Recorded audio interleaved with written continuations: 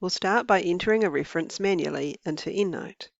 Usually you'll be importing references directly from databases or other sources, but sometimes you'll need to manually enter a reference, especially when it's something that isn't in a library database, like a website or a report you find online.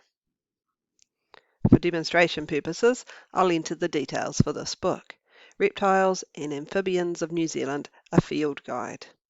On this slide, you can see an APA 7 reference for this book. This is what I would like EndNote to output to my Word document when I'm ready to insert this reference.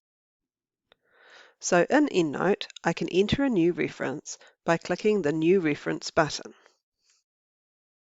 Or I can select References, New Reference, or use the keyboard shortcut Control-N, Command-N on a Mac. This will open up the new reference window. First, I select the type of item that I want to enter a reference for. In this case, it's a book. Then I enter as many details as I need to make a good reference in APA 7 style.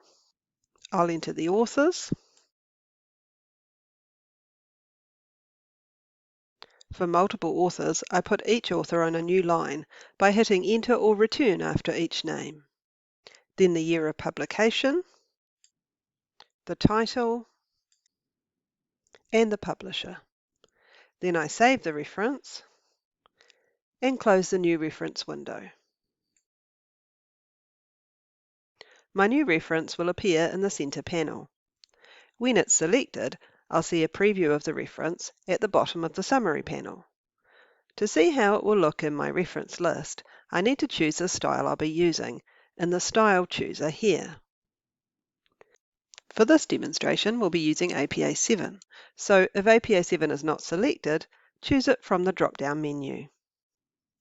If you can't see the style you want in the drop-down menu, you can choose Select Another Style and browse through the full list of referencing styles. Looking at the preview of my reference is very useful because then I can see if EndNote will output a correct APA 7 reference. If something looks a bit wrong, I can make changes to the reference using the Edit tab. Here I can make any changes needed.